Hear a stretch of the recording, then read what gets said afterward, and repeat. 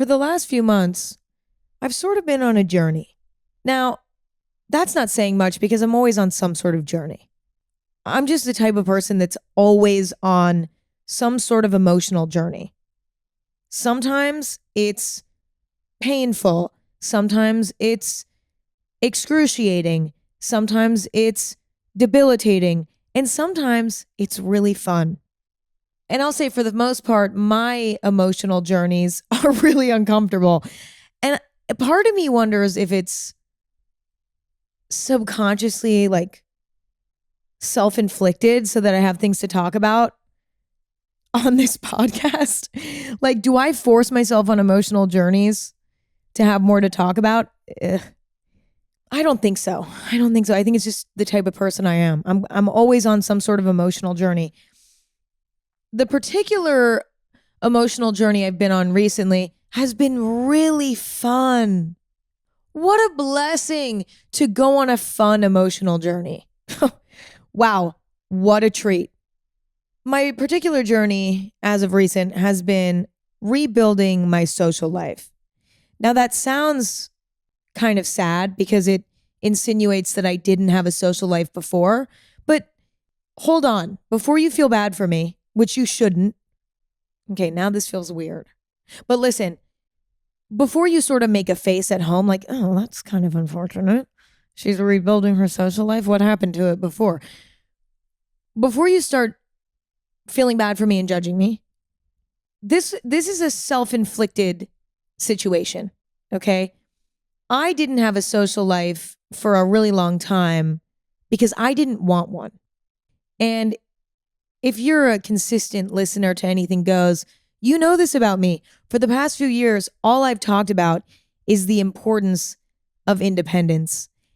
And the reason why that's been a consistent topic is because that was the emotional journey I was on for the past few years. For the last few years, I had been focused on independence because that is what I was craving. That is what I knew I needed in order to make my life better. When I was a young teenager, I was very dependent in my relationships. I had a lot of codependent relationships, and I really relied on my friends and significant others in a way that was out of balance. You know, I relied on them too much to distract me from my problems, to give me foundation in my life, etc. And it caused me a lot of distress over time because number one, I'd find myself in relationships that were not healthy and I was just staying in them so that I wouldn't have to be alone. I also was so afraid of damaging any relationships that I was constantly saying yes to everything. I was a yes man. I was too afraid of conflict because I was too afraid of losing relationships. So I was sort of inconveniencing myself for the sake of relationships. And that got in the way of many things in my life. So I got to a point where I was like, okay, I need to step back and develop a sense of independence and reevaluate all of my current relationships because it was clear to me that things weren't working, right? On any level in my social life. I had to get to a place where I was comfortable enough being alone that I didn't ever feel the need to be in a relationship that wasn't healthy or positive. I needed to get to a place with myself that would allow me to have high quality friendships. And that took a lot of alone time. There was a lot that I had to figure out. Why am I so codependent in relationships? Why do I tend to attract people who are not the best friends for me personally? Why do I feel like I need to be a yes man? Why am I struggling with my independence, et cetera, et cetera? There was so much I had to figure out. And quite honestly, it took me a few years to figure it all out. Now, during my independence journey, I still did have friends. I did. But I didn't have any deep friendships. Majority of my friendships were very surface level. And I still went out every once in a while, maybe to a party, but it was not frequent at all. It was not frequent at all. And romantically, I was in a relationship. I am in a relationship, but with a very independent person who did not enable me and does not enable me to be codependent. That's out of the question. It's not even possible with this person. So I kind of had a good situation during that period of my life because I was in a romantic relationship that could not be less codependent and couldn't possibly be codependent. So there was no enabling there. So I was able to be in a romantic relationship while going through this period. But my friendships were very surface level at the time because I didn't have it in me to, work on myself while simultaneously trying to find new friendships that worked for me. I sort of had to work on myself first before I could go and rebuild old friendships and build new ones, right? But I am at a point now where I'm independent. I'm definitely independent, and I've been independent for a while now, but it's sort of ingrained into my being now at this point. I can be alone for a week, 2 weeks, and be completely fine. I don't need to be in constant contact with friends or even my significant other in order to feel fulfilled in life. That's not where my fulfillment comes from. And that's just where I'm at now. I've arrived at this point. But what was interesting was I found that arriving to this point of independence weirdly made me crave friendship all of a sudden. After years of not really needing friendship, not really prioritizing friendship, really focusing on myself, my subconscious knew immediately when I had arrived at a good place that it was time to make friends again. Like it was like my subconscious told me, okay, it's time. It's time for you to go back out into the world. You've done it. You've figured it out.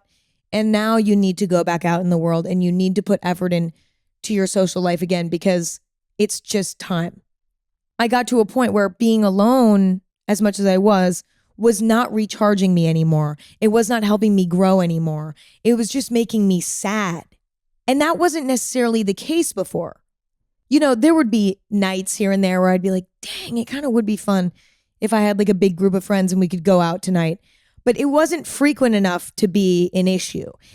But for the most part, I really just didn't want a bustling social life. It just wasn't something I was interested in. Now, all of a sudden, it's come back onto my list of priorities. And it has been really fun for me and good. And I feel like now at this new place in my life, I'm able to rebuild my social life in a way that truly feels good for me and feels somewhat fulfilling for me. And it's been really interesting and exciting to watch it sort of rebuild. Now, I'm also at an interesting place in my life because I'm 22 years old, right? But I never went to college.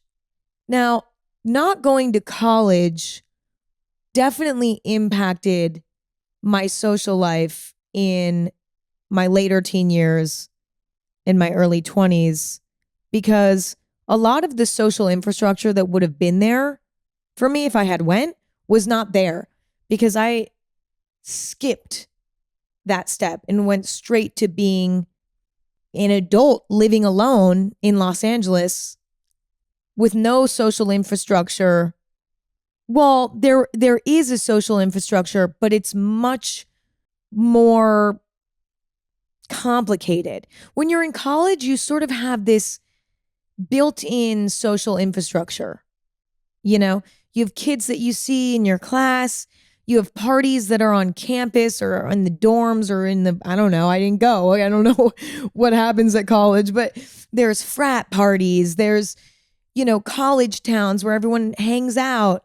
There's so many opportunities for friendship and nightlife and all of these things. And I just didn't have access to that. Like it went straight to adult mode for me at 17. And a lot of the social activities in Los Angeles weren't laid out for me. Like I didn't know anyone throwing fun parties. And that was kind of my only opportunity for nightlife. You have to be 21 to go into a bar or club legally. So that whole situation's complicated and not appealing because it involves breaking the law to get in. So not my idea of fun. And when it came to making friends, it's just much more difficult because I worked from home alone every day. I didn't even know where to meet people other than my peers that were in the same industry as me, right? So not going to college definitely made my later teen, early adult social life complicated to begin with. I think that my sort of situation in life, my circumstances in life have made being social for me a little bit more challenging in the sense that it's not right in front of me, like when you're in college. You have to take extra steps in order to be social in the sort of adult world, if you will. And that makes it harder in general, right? It makes it more time consuming. It makes it more troublesome overall. When I was a teenager living in LA, that was really disappointing for me. And I think that's maybe what created the codependency in a lot of my friendships and relationships, because I feared that I maybe wouldn't be able to find anyone else because it was so challenging in LA.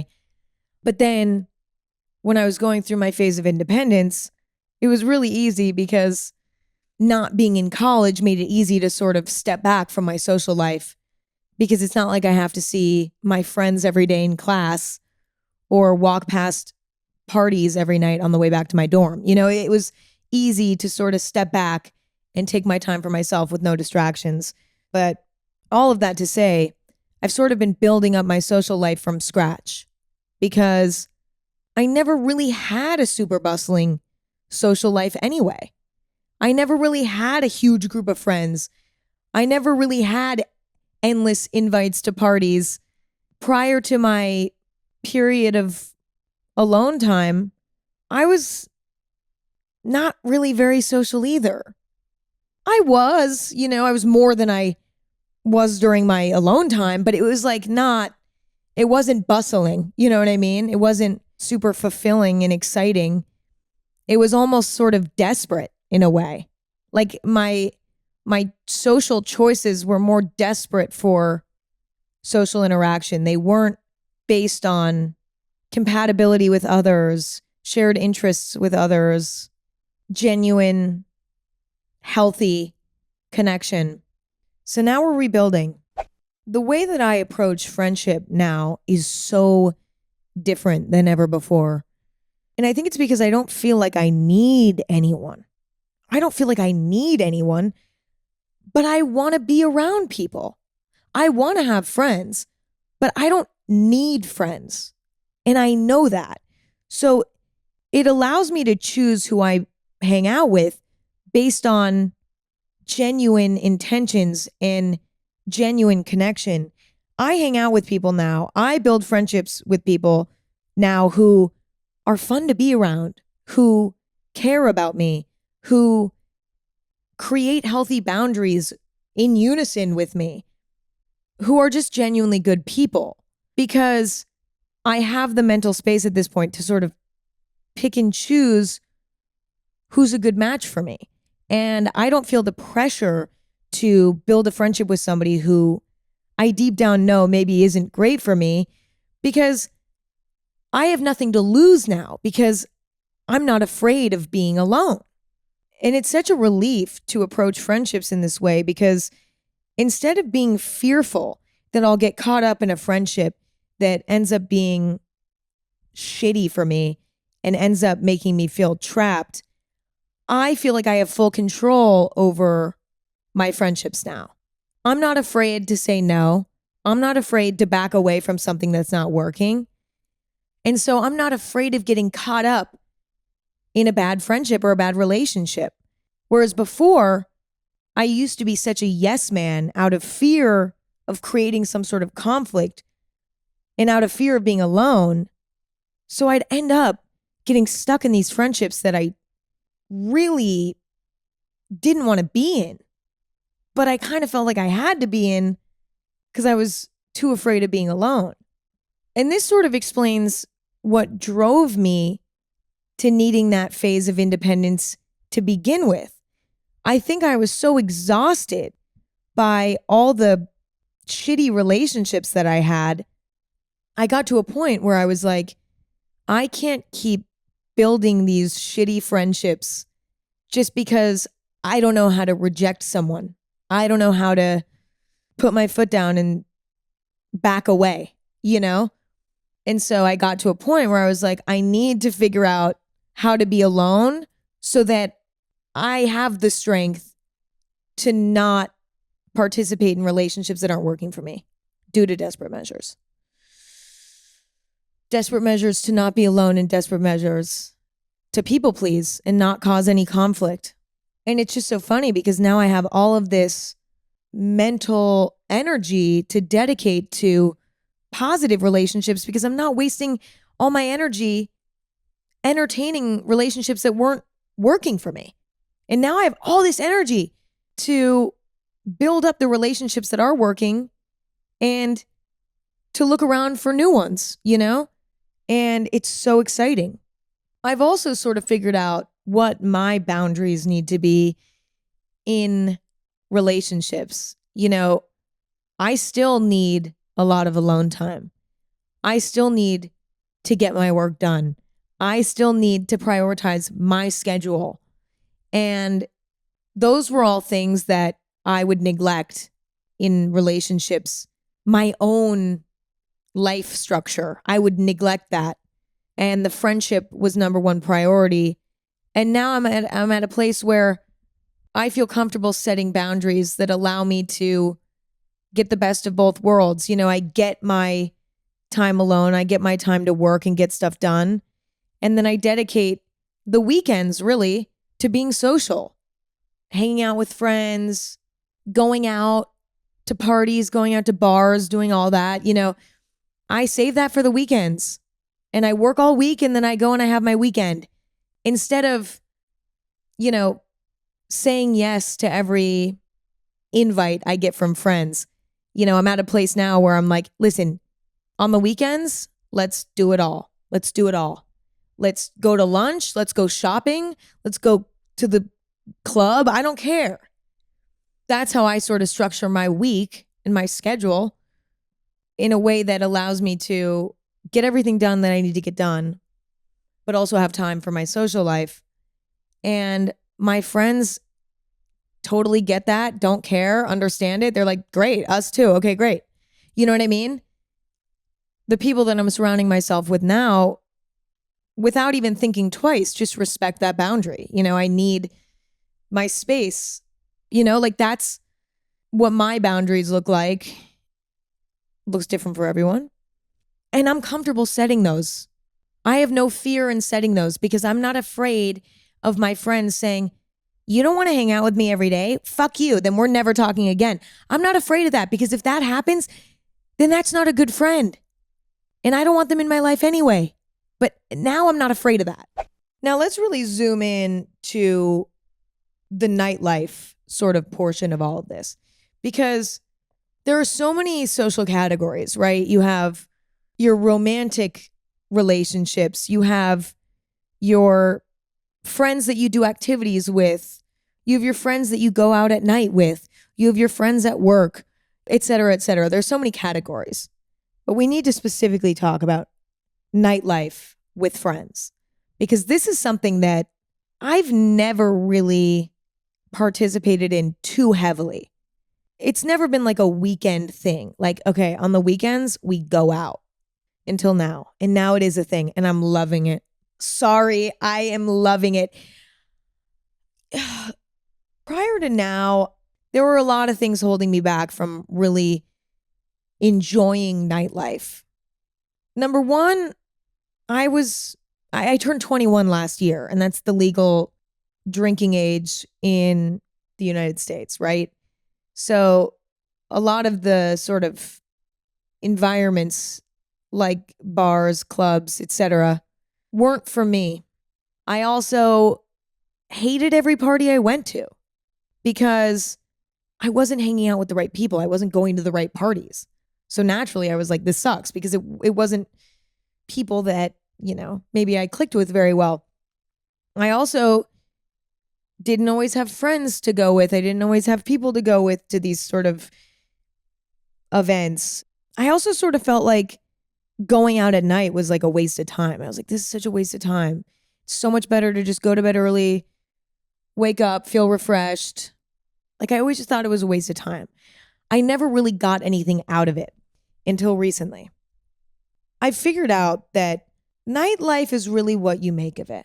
And you have to cater the experience to you as an individual. And that is what I've been doing as I've been rebuilding my social life. I've been rethinking the way I do nightlife, and it's changed it for me. Now I'm loving it. First, you have to find friends that make it fun. Having friends that make anything fun, Like with my friends, I feel like we could go to an abandoned shopping mall in the middle of nowhere and somehow make it fun. Actually, that kind of sounds fun. Anyway, that actually sounds fun. It sounds dangerous, but it does sound kind of fun. But you get my point, okay? Finding a friend group that is able to have fun no matter where you all are is the first step to truly enjoying nightlife if you're not somebody who enjoys it naturally like me. Because no matter how the evening turns out, you're going to have a good time. Even if the bar is empty that night, even if the club is not a vibe that night, even if the party that you go to is shitty, if you're with a good group of people, you can't go wrong. And that's the first thing I've learned. The second thing I've learned is you can't go in with any expectation.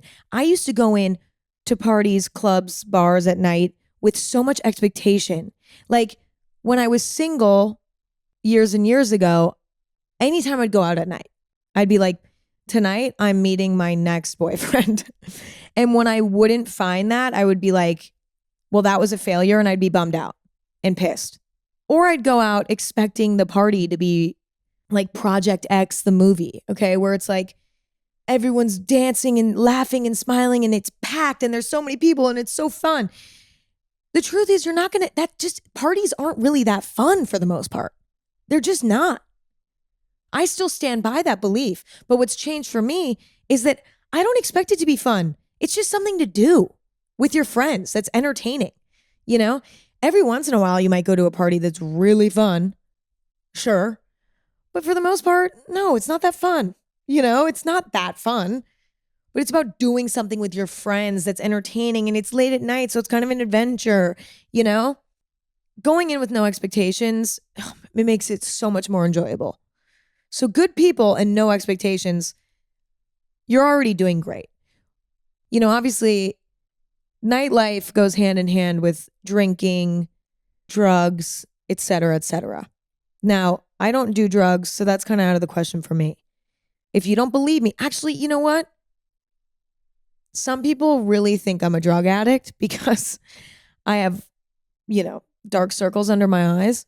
I get comments all the time like, she's definitely on drugs.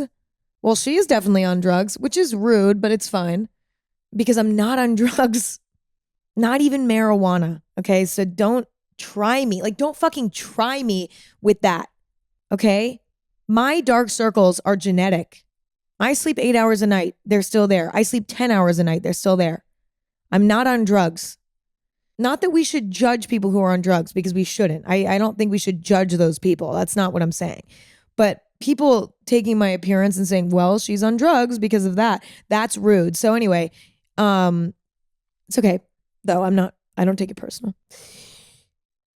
Wow, that was a tangent. Sorry, what I was trying to say was I don't participate in any drugs at this point. So I don't that's sort of out of the question for me personally, but I do drink alcohol. So occasionally I go through phases because I have kind of a tough time with alcohol. Just as an anxious person, as a depressed person by nature, alcohol doesn't react very well with me, right? It can make me feel really depressed, really anxious the next day. And that sucks. That's hard for me. So for me personally, I don't really drink when I go out. I'm pretty much sober. I've been actually DDing, designated driver-ing, okay, for my friends and I, where, I don't drink. I'm sober the whole night and I just drive everyone around. And I've been loving it. Sometimes I'll, decide I want to have a glass of wine at dinner, in which case, we'll Uber around and stuff. But for the most part, I've been really enjoying just being the designated driver and doing that. And, that's really intimidating, I think, because obviously alcohol really helps with breaking down the nervous wall that can come up in social situations where there's unfamiliar faces, right? I've been really working on getting to a place where I can go out at night and not drink and be just as social as I was if I drank. And it's going great. For the first few times I felt myself really tense, really uncomfortable, really nervous. But I just kept pushing through it. And eventually it just became my new normal. And that's just really worked for me recently. Now, I'm not saying that I'll never have an evening where I totally go off and get a little drunky ever again, because maybe that will be appealing to me at some point, and I'm not opposed to it. When it comes to going out every weekend, whether it's going to parties or going to a bar or going out to dinner late with friends, it just makes me feel happiest and most fulfilled when I don't drink. I wake up the next morning tired because I was up late, but I'm not anxious. I'm not depressed. I'm not hungover. I'm just happy, and it's just what works for me. So again, it's all about catering the experience to you. What makes it work for you? And I think we feel a lot of pressure to be social in certain ways, right? Oh, you have to drink when you go out. Oh, you have to hang out with your friends every day, or you have to do this or do that. Like, we all have our own ideas of what healthy social interaction looks like based on what we've absorbed over years of experience, what our peers are pressuring us to do, etc. But you have to mold it to fit you, and that's what I've done. I'm not trying to go to the hottest, coolest party or hottest, coolest bar every weekend. I'm just trying to go meet new people, laugh, giggle, maybe have a borderline boring time in some respects, but to be with good people that I love and to make the most of the experience. I'm not trying to go out and be the drunkest one at the bar. What makes me feel the best is being completely sober, That's what makes nightlife fulfilling for me. And so that's how I'm doing it. And it might not look the coolest. It might not sound the coolest, but it's working for me and I love it. And there it is. I'm at a place now where my social life is helping me recharge. Giving myself a full weekend of fun every weekend has really helped me recharge in between, the work week. Like, it's just helped me a lot. And it's something I didn't give any attention to until recently. And it's been so helpful for me. I took a personality quiz once and it said that I'm introverted and extroverted. Introverted means that it drains your energy to be social. Extroverted means being social gives you energy, right? According to a somewhat reputable personality test I took online, one of the most popular ones, it said I'm a mixture of both. And I would say that that's really true. For the past few years, I've been more introverted, and that's what worked for me. Being alone gave me energy. Now I'm at a place where I'm more extroverted. Being social gives me energy. And you have to honor what your brain and body is telling you. You know, we can sort of convince ourselves that we're introverts. We need to be alone all the time. Or we're extroverts. We need to be social all the time. When the truth is, we're all both. We're all introverted sometimes and extroverted other times. And you just have to honor whatever you're feeling that day. You might wake up one day and feel introverted. Great. Honor that. You might wake up one day and feel extroverted. Great. Honor that. It's all about following your instinct, and it's going to change sometimes. It's going to evolve sometimes, and that's okay. There's no right or wrong way to be social. You just simply have to cater to what you're feeling in the moment, and you have to figure out what's going to allow you to recharge, grow, and feel fulfilled. That's it. And it may change on a monthly basis, on a yearly basis, on a daily basis. But there's no right or wrong way to be social. It's so incredibly personal to every person. And it's so important to give yourself the space to figure that out without the noise of what other people want to do and what society wants you to do, etc. What do you want to do? Figure it out. My final point for today is there's nothing wrong with having your social life in the top of your priorities, right? I think society as a whole tends to prioritize work and productivity over social life, well-being, etc. And it's okay to go through phases where your priority is work and career, but it's also okay to go through phases where your priority is being a little bit more social. I mean, the goal is to do everything responsibly, right? To work responsibly, to be social responsibly. But there's sometimes a negative stigma around prioritizing your social life. And I know I've felt that throughout my life, feeling like I don't deserve to be social if I haven't got my work done, etc. And, there's definitely a fine line between being negligent, right? And not doing what you got to do and being social instead versus being burnt out and exhausted and thinking, you know what would really help me? Hanging out with my friends right now. There's a fine line. It gets complicated, but there's nothing wrong with leaning into your social life and putting it at the top of your priorities. My top priorities used to be, getting my work done and having alone time. And now my priorities are getting my work done and being social. Does that mean maybe my alone time is getting less attention? Yeah, of course. But I don't need it as much right now. So it's fine. It's working just fine for me. Your priorities are going to shift in life. Your desires are going to shift in life. The things that work for you are going to constantly change. And that's okay. And you just got to go with the flow. All right. Well, that's all I have for today. That's all I have to say for today.